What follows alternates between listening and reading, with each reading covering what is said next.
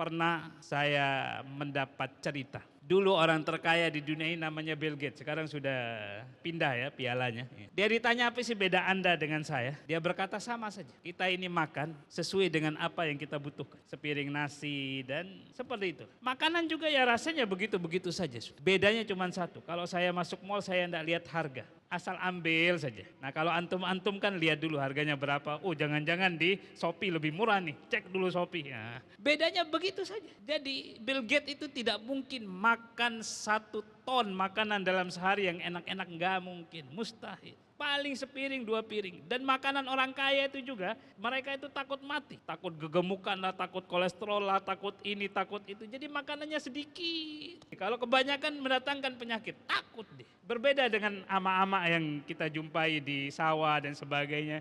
Itu bisa 1 bakul masuk dan enak. Air liurnya sampai keluar, sambalnya Masya Allah. Itu kalau dibandingkan dengan gaya makannya Bill Gates, saya yakin lebih nikmat kelihatannya bahwa bapak di sawah itu. Kan emang begitu, rezeki itu demikian. Dan satu hal, Allah Subhanahu wa taala berfirman yang semestinya juga kita camkan di surat Al-A'raf ayat yang ke-182. Walladzina kadzdzabu biayatina sanastadrijuhum min haitsu la ya'lamun. Dan orang-orang yang mendustakan ayat-ayat kami, nanti kami akan menarik mereka dengan berangsur-angsur ke arah kebinasaan dengan cara yang tidak mereka ketahui. Kalau dia dibuat susah, itu cara yang diketahui. Dibuat jatuh bangkrut, miskin, masuk penjara, disiksa di penjara, kemudian sakit dulu bertahun-tahun, kemudian baru dikuburkan. Itu orang tahu itu. Gampang, itu min haitsu na'lamuhu, dari sesuatu yang kita tahu, oh itu pantas dia dapat begitu. Tapi Allah Subhanahu wa taala kepengen menarik dia kepada kebinasaan dari jalan yang tidak diketahui, dari jalan terbalik. Dibuat dia semakin kaya, semakin kaya, semakin kaya, semakin nikmat, semakin Masya Allah, semakin sesat.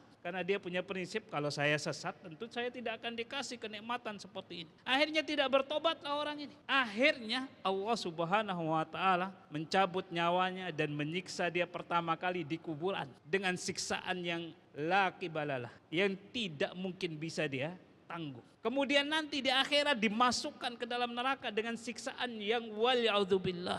Yang Rasulullah SAW menggambarkan yu'ta bi ahli nar, didatangkan satu orang penduduk neraka, orang yang paling nikmat hidupnya di dunia ini. Belum tentu orang paling kaya di dunia, tapi paling nikmat hidupnya di dunia ini. Di dunia subhanallah sudah, orang yang paling beruntung, paling bahagia, paling Masya Allah sudah. Tapi dia penduduk neraka. Kemudian dites, dimasukkan ke dalam neraka 1 celupan. Tahu 1 celupan ya? 1 celupan itu kita masukin begini, cerk keluar lagi. Ada 1 detik kira-kira? Ya kira-kira. Kemudian ditanyakan setelah itu, ya Abdullah, wahai hamba Allah, apakah pernah engkau mendapatkan 1 kenikmatan dari Allah Subhanahu wa taala selama engkau hidup di dunia ini? Dia berkata, wallahi, demi Allah, dia pakai sumpah lagi, bukan hanya ngarang-ngarang, demi Allah saya tidak pernah merasakan kebahagiaan walaupun sedetik pun, tidak pernah. Kenapa? Karena kebahagiaan di dunia ini sudah dia lupakan gara-gara cuma 1 detik di dalam neraka. Itu dahsyatnya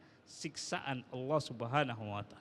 Itu yang Allah Subhanahu wa taala inginkan pada para pendosa yang tidak mau bertobat ini, supaya kemudian dibuat dia lupa diri, ditumpuk dosanya semakin banyak sehingga hukumannya di akhirat kelak adalah hukuman yang paling pedih, luar biasa.